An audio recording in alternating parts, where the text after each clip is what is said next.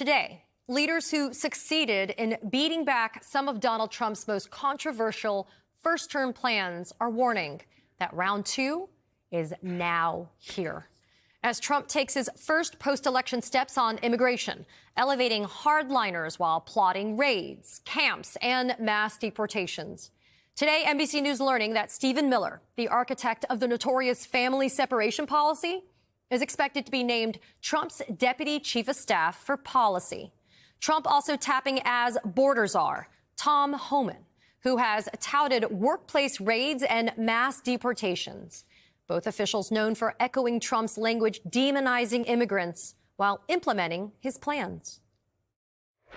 On day one, my administration will terminate every open border policy of the Biden administration. We will begin the largest domestic deportation operation in American history. I will run the biggest deportation operation this country's ever seen. America is for Americans and Americans only. They're poisoning the blood of our country. Getting them out will be a bloody story. If you come back, you will be executed. You will be killed immediately. Not going to be easy, but we'll do it. Is there a way to carry out mass deportation without separating families? Of course there is. Families can be deported together. So this is now more than just rhetoric. As the Washington Post reports, Trump's win puts militarized mass deportations on the agenda. The Wall Street Journal noting Trump advisors are now drawing up plans for the deportation push, including weighing a national emergency declaration that would allow Trump to repurpose military assets to detain and remove migrants. Several Democratic governors saying that they're going to fight Trump on an array of his draconian policies, including immigration. Massachusetts Governor Maura Healey becoming the first to explicitly state her state will not cooperate with mass deportations. And immigration lawyers are getting ready for battle. That includes the ACLU, which scored wins against Trump over family separations and his travel ban. The group now sending an open letter to Trump, vowing to defend people's rights in the courts, at state legislatures, and in the streets. There's a lot happening today, including renewed threats from Trump to abolish the Department of Education. Trump picking MAGA ally Lee Zeldin to run the EPA. And Trump naming GOP Congresswoman Elise Stefanik to be the United States ambassador to the United Nations. But we're going to start tonight with the fast-developing fight over immigration.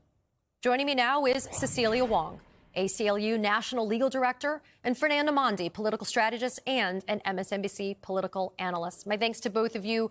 Cecilia, Trump is getting the gang back together. You got Tom Homan and Stephen Miller. They are the epitome of that idea that the cruelty is the point. Your thoughts on how bad it's going to be? So, Katie, absolutely. With the appointment of Tom Homan and Stephen Miller, Trump is starting to launch his attacks, not just on immigrants in the United States and people who are at the border seeking a fair chance to apply for asylum. Trump is really announcing that he's going to be attacking American communities around the country. Miller and Homan are both right-wing extremists. It's clear that with their announcement, these are the architects of family separation. These are the architects of the Muslim ban. These are not policies that the majority of Americans want. This is not about having a fair and secure processing of people at the border.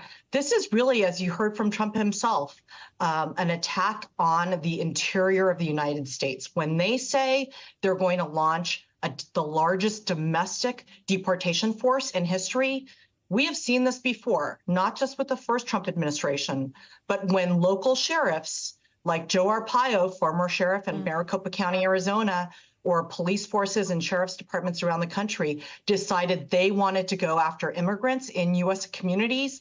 You see door-to-door raids with U.S. citizen children and spouses in mixed status families also taking the brunt We fought this before and we'll fight it again. Donald Trump has announced with these two appointments, he's going to go door to door. He's going to go into our workplaces as Americans, and he's going to launch an attack. Well, we're ready to meet him wherever he goes.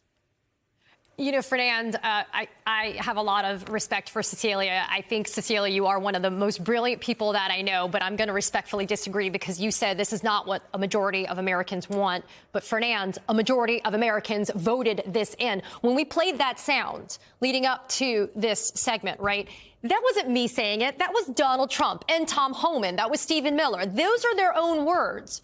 So, again, rendered speechless, this is exactly what a majority of Americans are asking for.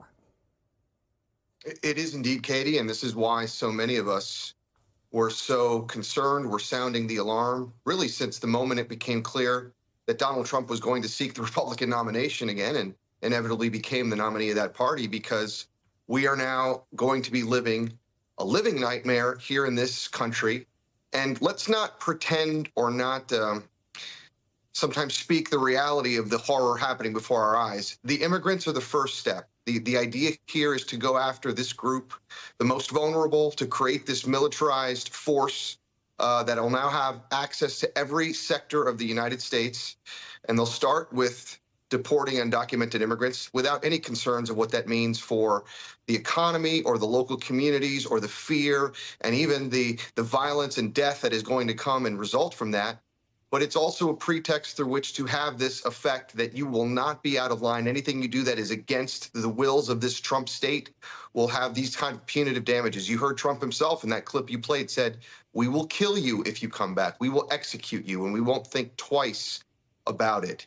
Right now, it has also set off a tremendous sense of anxiety across the country. I think you're going to be seeing over these next 2 months, before Donald Trump is sworn in as the next president, a movement all across the country. Many immigrants are going to try first to go to these sanctuary states, sanctuary areas, to try and seek some sort of respite, which will cause an issue of its own in those areas. So it's a dark time. There's no sugarcoating this. I think, as Cecilia says, we have to be vigilant. We have to come together as Americans and do what we can. But this is, sadly, the consequence of an election that had the worst and most dire consequences.